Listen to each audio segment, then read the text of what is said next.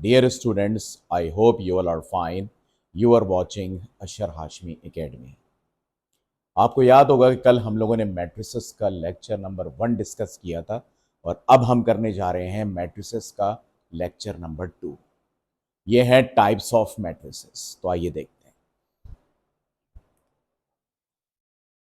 पहला कहलाता है रो मैट्रिक्स। पहला है रो मैट्रिक्स।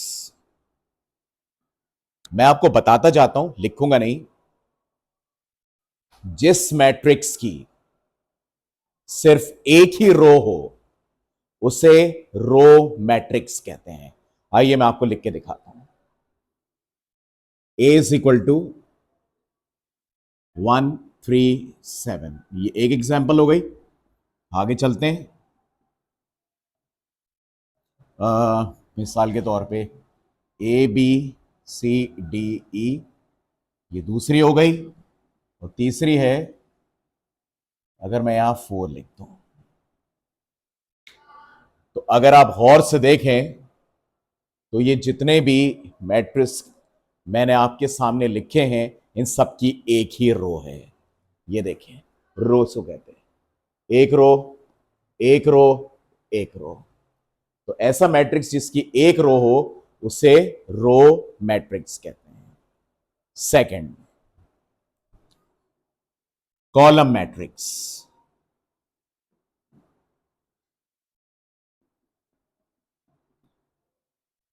ऐसा मैट्रिक्स जिसका एक कॉलम हो उसे कॉलम मैट्रिक्स कहते हैं। मैं आपके सामने लिख देता हूं। वट एवर कुछ भी हो, जैसे मैं लिख दिया 2 + 1 3 9 4। अब एक बात मेरी याद रखिएगा, ये 2 + 1 2 नहीं है। कल बात हो रही थी कि जब प्लस माइनस मल्टीप्लाई डिवाइड हो रहा होता है तो उस सूरत में वो चीज एक मानी जाती है। तो आप चाहें तो आप इसको 2 + 1 करके 3 बना सकते हैं।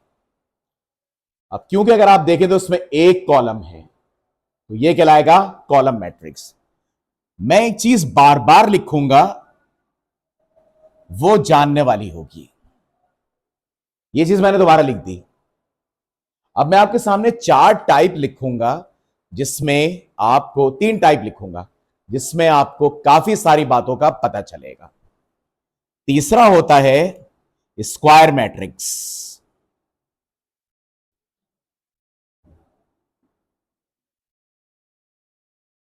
ऐसा मैट्रिक्स जिसके रोज और कॉलम की तादाद सेम हो उसे स्क्वायर मैट्रिक्स कहते हैं। जैसे A 2 4 -1 7, या मैं ऐसा लिख दूं,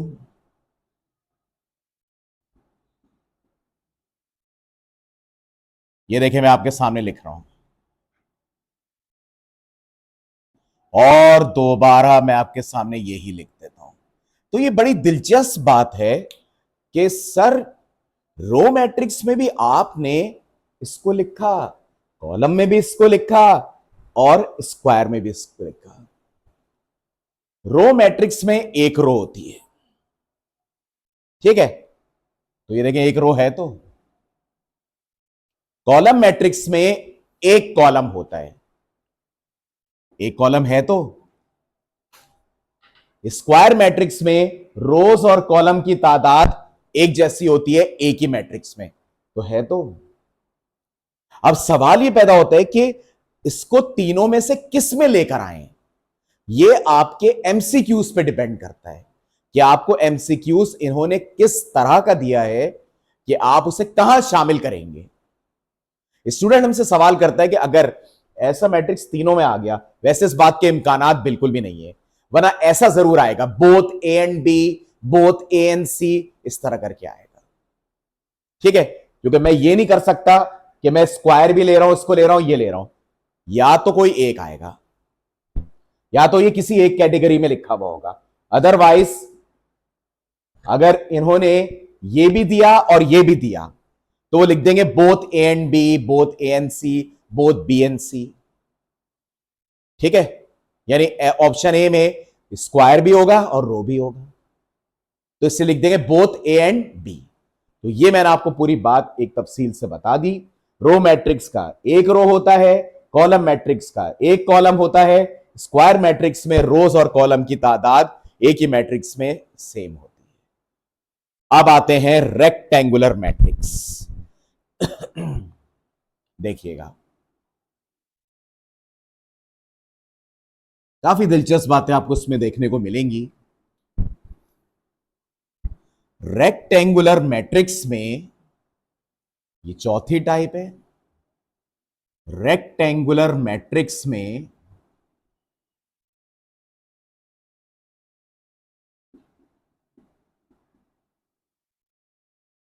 रोज और कॉलम की तादाद एक जैसी नहीं होती। मैं आपके सामने लिख देता हूं, ए इज इक्वल टू 2491 -17 और लिखता हूं 628 और लिखता हूं 8194। अब आप इसमें एक बात नोट करेंगे, सर ये तो आपने रो में भी लिखा था, ये तो आपने कॉलम मैट्रिक्स में भी लिखा था ना। तो इसका मतलब यह होता है कि वही बात आ गई कि एक मैट्रिक्स 2 या 3 कैटेगरीज में इन्वॉल्व हो सकता है। ठीक है, बस वही बात आ गई जो मैंने कहा कि एमसीक्यू पे डिपेंड करता है कि एमसीक्यू पूछा कैसे जा रहा है, लेकिन आपको पता होना चाहिए कि ये मैट्रिक्स क्या डेफिनेशन रखते हैं, इसी से ही आप कर सकेंगे। अब पांचवा देखिएगा, यह आपका कहलाता है मिसाल के तौर पे नल मैट्रिक्स। इसको जीरो मैट्रिक्स भी कहते हैं।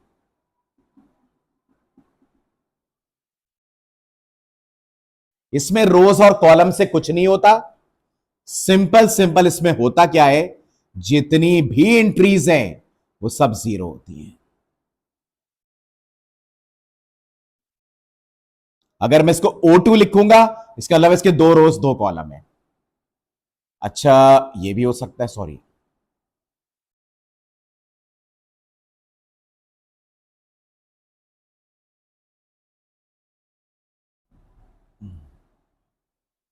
सर इसमें सारी एंट्री जीरो तो नहीं है, तो 2 - 2 क्या होता है, जीरो तो होता है। मतलब सॉल्व करके वो वही आ रहा है। और लिखता हूं, तो जिसकी सारी एंट्री जीरो हो उसे नल मैट्रिक्स या जीरो मैट्रिक्स कहते हैं। छठे पर आते हैं, यह आपका होगा negative of a matrix. Negative of a matrix,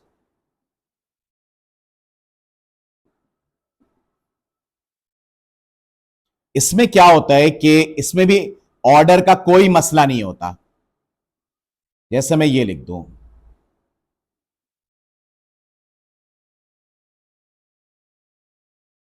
negative matrix में यह होता है कि मैं उस मैट्रिक्स को माइनस से मल्टीप्लाई कराता हूं तो उसके अंदर लिखी हुई हर एंट्री का साइन बदल जाएगा।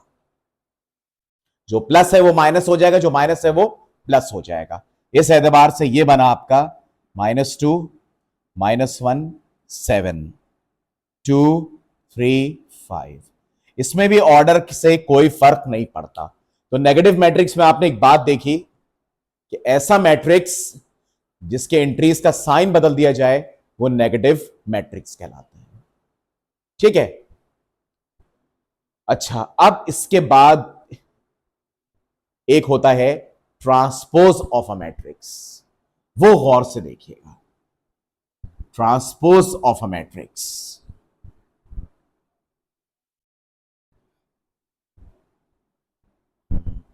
मैं हेडिंग डालता हूं ट्रांसपोज ऑफ अ मैट्रिक्स, आप खुद लिख दीजिएगा। इसमें भी रो कॉलम से कोई फर्क नहीं पड़ता। मैं इसका बड़ा सीधा सा मतलब आपको बता देता हूं, बड़े गौर से सुनिएगा। ए के ऊपर छोटा टी लगा दें, ये ट्रांसपोज को जाहिर कर रहा है। ठीक है, किसको जाहिर कर रहा है? ट्रांसपोज को। इसमें होता क्या है, दो रास्ते हैं। पहली रो पहला कॉलम बन जाता है, दूसरी रो दूसरा कॉलम बन जाता है। या चाहे तो कॉलम को रो बना दें, चाहे तो रो को कॉलम बना दें। एक और एग्जांपल देता हूं आपके समझाने के लिए, मिसाल के तौर पे। फिर कह रहा हूं उसमें ऑर्डर का कुछ नहीं होता। चले मैं ऐसे देता हूं। अगर मैं आपसे बोलूं कि इसका बी ट्रांसपोज निकालो, तो अभी अगर आप गौर से देखें तो ये यूं लिखा हुआ है, क्योंकि इसका कॉलम 1 है। तो आप इसको सीधा कर दें, 6 7 8। तो या तो रो कॉलम में बदल दें या कॉलम को रो में। अगर आप कॉलम को रो में बदल रहे तो पहला कॉलम पहली रो बन जाएगी, दूसरा कॉलम दूसरी रो बन जाएगी, तीसरा कॉलम तीसरी रो। या चाहे तो रो इनटू कॉलम कर दें। इसको मैंने यूं सीधा इसलिए किया क्योंकि इसमें एक कॉलम था। तो आपको अगर वैसे समझा तो समझने में थोड़ी मुश्किलात होती है। ठीक है, ये अभी तक हमने 7 टाइप्स डिस्कस कर लिए हैं। ठीक है, और अब हम डिस्कस करेंगे इसकी 8th टाइप। सही, now let's move to type number 8।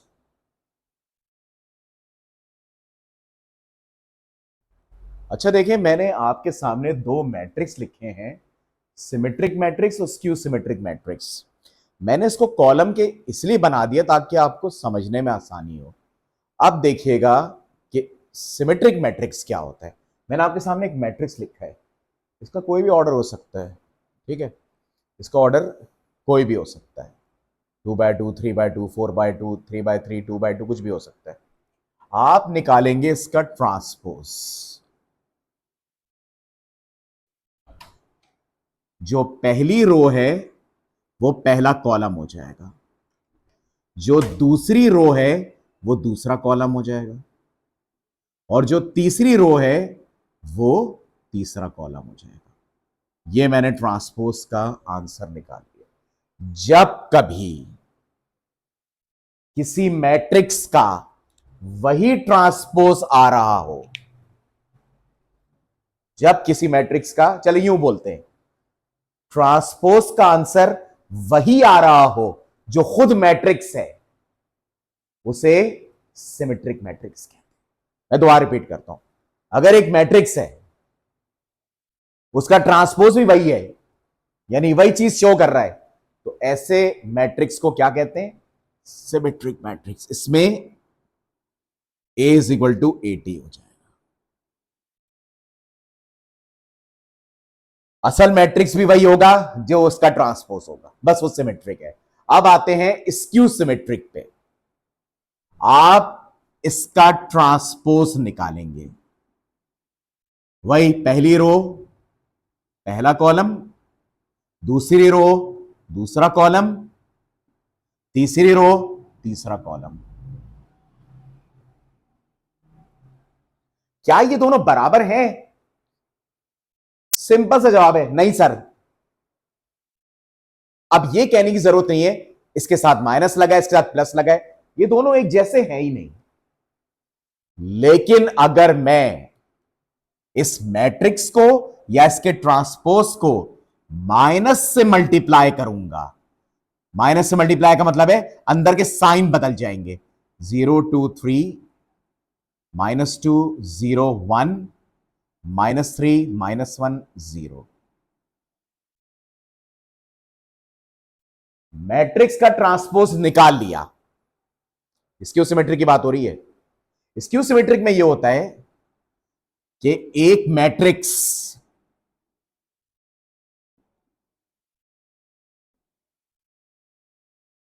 जब मैं किसी मैट्रिक्स का ट्रांसपोज लूं और उस ट्रांसपोज को या खुद उस मैट्रिक्स को माइनस से मल्टीप्लाई करूं, तो तब इन दोनों का आंसर सेम आ रहा होगा।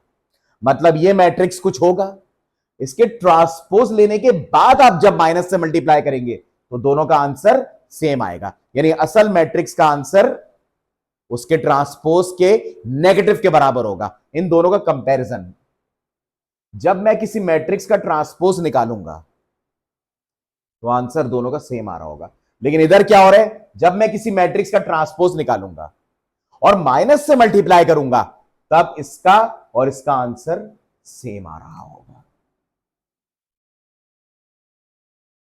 इसको कहते हैं स्क्यू सिमेट्रिक मैट्रिक्स।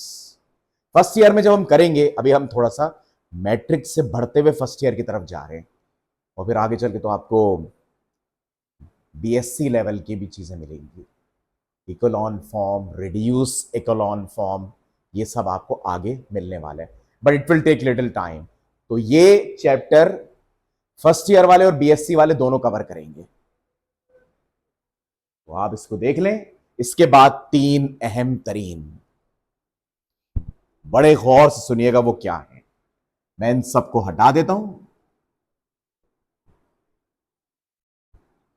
ठीक है, और अब देखिएगा कि मजीद क्या आने वाला है। इसकी एक शॉर्ट एक्सरसाइज कर लेंगे। मिसाल के तौर पे एक मैट्रिक्स है डायगोनल मैट्रिक्स।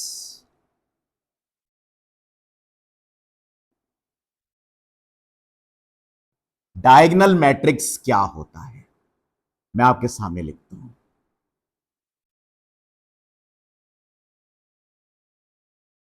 बस देखते जाइएगा।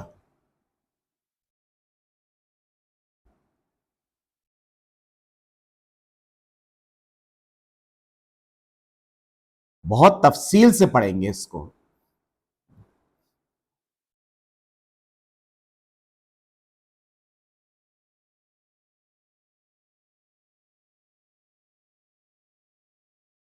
एक और लिख देता हूं,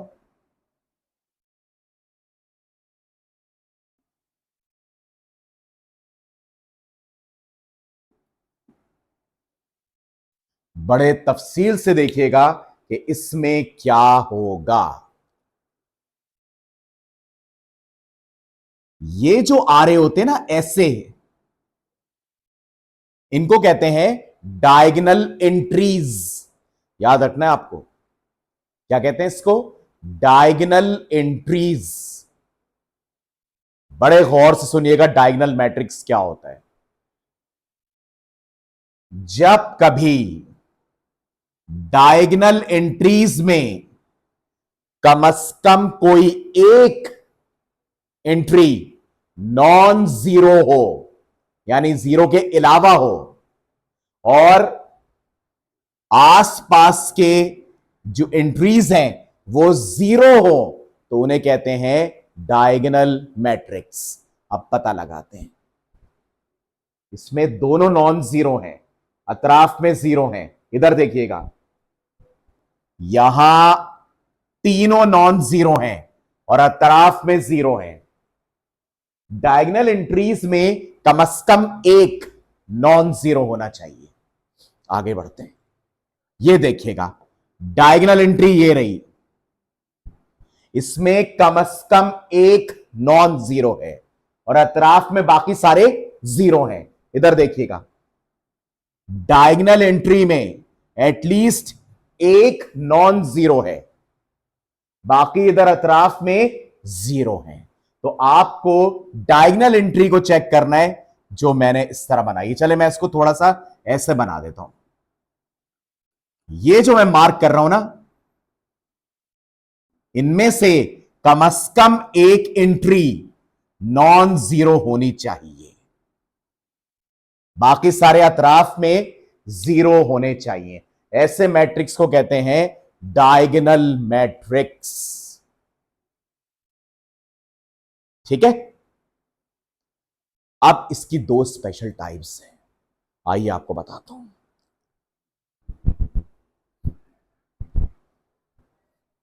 एक है स्केलर मैट्रिक्स, स्केलर मैट्रिक्स।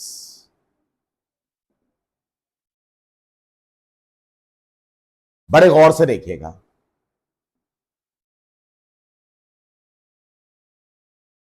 मैं आपके सामने चंद एग्जांपल्स लिखता हूं।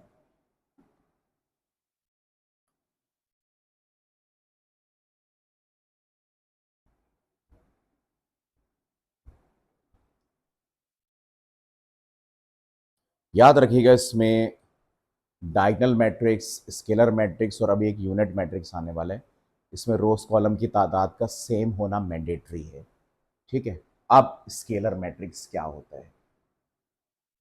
ये जो डायगोनल एंट्रीज हैं ये लाजमी सेम होनी चाहिए और अतराफ में 0 होने चाहिए।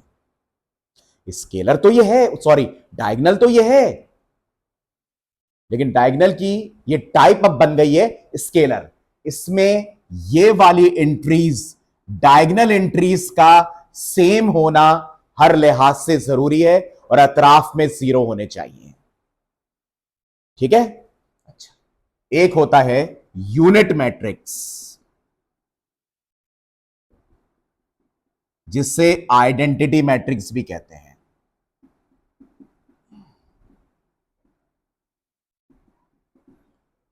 इसमें क्या होता है? ये भी डायगोनल की टाइप है। इसमें सिर्फ ये होता है कि इसके ऑर्डर सेम होते हैं और कुछ ये ऐसे होता है। अभी बहुत सारी बातें स्टूडेंट हमसे करते हैं कि कमेंट बॉक्स में भेजिएगा जरूर, ताकि आपका कॉन्सेप्ट और हम अच्छा क्लियर कर सकें। देखिए, अगर देखा जाए तो ये भी स्केलर नहीं है, क्योंकि देखें ये वाली एंट्री सेम है, तो फिर इन्होंने स्केलर से यूनिट मैट्रिक्स क्यों बनाया? स्केलर में ये वाले जो एंट्रीज होती हैं डायगोनल वाली, ये 1 नहीं होती, जबकि आप यूनिट मैट्रिक्स में देखें कि ये वाली एंट्रीज 1 है और इसके अतराफ में 0 है। तो स्केलर और इसमें फर्क बता देता हूं। ये दोनों एंट्रीज सेम होंगी लेकिन 1 नहीं होंगी। ये वाली एंट्रीज सेम होंगी लेकिन 1 नहीं होंगी, और अतराफ में तो सारी 0 होंगे। जबकि यूनिट मैट्रिक्स में ये वाली एंट्रीज 1 होंगी और बाकी अतराफ में 0 होंगे। और इसमें यह भी शामिल है, यह भी अप्लाई होता है 2x2, 3x3, 4x4, 5x5 वगैरह के ऊपर। ठीक है। अब इसके बाद एक शॉर्ट एक्सरसाइज करते हैं, फिर हमारा लेक्चर 2 खत्म हो जाएगा और इसके बाद फिर हम एडिशन एंड सब्ट्रैक्शन की तरफ आएंगे। गौर से देखिएगा, शॉर्ट एक्सरसाइज है, इतना कोई बड़ा मसला नहीं है, आसान सी है। अब देखिएगा मैं आपको ये कैसे करवाता हूं। अगर एग्जामिनर एक मैट्रिक्स देता है, ये शॉर्ट एक्सरसाइज है, आप एक्सरसाइज लिख सकते हैं। अगर एग्जामिनर एक मैट्रिक्स देता है और वो ये साबित करने को कहता है,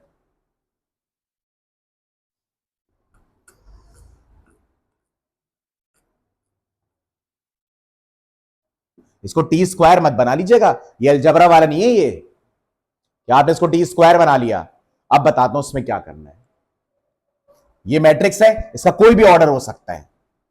पहले मैं इसका ट्रांसपोज निकालूंगा, देखिएगा ये वाला टी तो मैं बाहर ही लगा देता हूं। पहले मैं ए ट्रांसपोज निकालूंगा, मतलब रो को कॉलम में बदल लूंगा।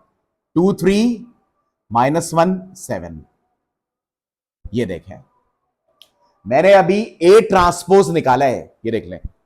अभी हमें मैथ्स में सिखाया गया है कि बेटा पहले ब्रैकेट के अंदर की चीज सॉल्व कर लिया करो, तो हम वही तो कर रहे हैं। तो ये देखें ए ट्रांसपोज, ये ट्रांसपोज का ये वाला आंसर है। अभी तक बाहर वाला टी अप्लाई नहीं हुआ है, अब बाहर वाले टी को वापस अप्लाई करते हैं। क्या बन जाएगा? दोबारा रो कॉलम बदल दें। तो जरा आप एक बात नोट करें कि जब मैंने डबल ट्रांसपोज लिया, एक दफा ट्रांसपोज लिया फिर दोबारा ट्रांसपोज लिया, तो वही मैट्रिक्स आंसर में आ गया। इसका मतलब है अगर एक मैट्रिक्स का 2 मर्तबा ट्रांसपोज लें तो वही मैट्रिक्स वापस आंसर में आ जाता है। तो ये था एक सिंपल सा सवाल जो मैंने सोचा कि आपको बता दूं। ये पूरी एक तरह से एक्सरसाइज कवर हो गई। ये था हमारा लेक्चर नंबर 2, और कोई इश्यूज है तो आप हमें भेजिएगा, हम उसकी इंशाल्लाह आपके लिए अलग से वीडियो बनाना शुरू करेंगे। ठीक है। वीडियो अच्छी लगे तो लाइक एंड सब्सक्राइब जरूर कीजिएगा। अल्लाह हाफिज।